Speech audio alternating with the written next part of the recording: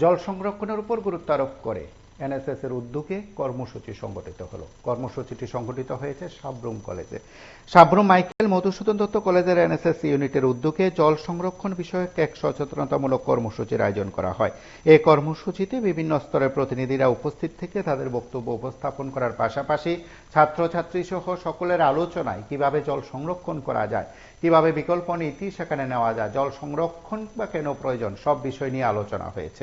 সরাসরি আমরা বক্তাদের বক্তব্যের অংশবিশেষ শুনবো। তার পাশাপাশি খানিকটা দৃশ্য তো আমরা দেখলেন যে জল সংরক্ষণ বিষয়ক সচেতনতামূলক কর্মসূচি এনএসএস কেন গ্রহণ করলো, আমরা তার বক্তব্যের অংশবিশেষ শুনবো।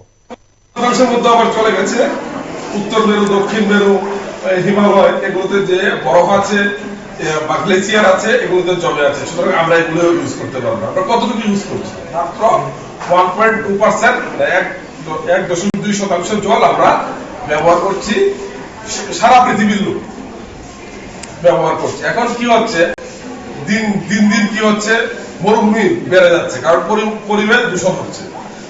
এই 1.2%-এর মধ্যে আমরা আবার ভাগ বসাচ্ছি। পূজা দাস মহোদয়া এবং অন্যান্য সম্মানিত অধ্যাপক অধ্যাপিকাবৃন্দ এবং আমার স্নেহের ছাত্রছাত্রী, আমি সকলকেই প্রথমে এরকম সুন্দর মহৎ একটি অনুষ্ঠানে উপস্থিত থাকার জন্য সাব্রুম মাইকেল মধুসূদন দত্ত মহাবিদ্যালয়ের এনএসএস ইউনিটের তরফ থেকে জানাই আন্তরিক প্রীতি, শুভেচ্ছা এবং অভিনন্দন। অনুষ্ঠানের আয়োজন করা হয়েছে। আমরা সকলেই জানি জলের অপর নাম জীবন। জল একটি সীমাবদ্ধ সম্পদ, আর এই সম্পদ রক্ষা করার দায়িত্ব আমাদের।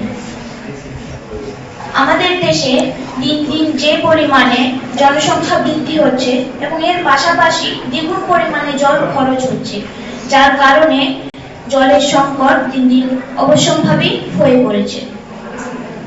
আর এই সম্পদকে রক্ষা করতে হলে এইসব সচেতনমূলক কাজে আমাদেরকেই প্রথমত এগিয়ে আসতে হবে।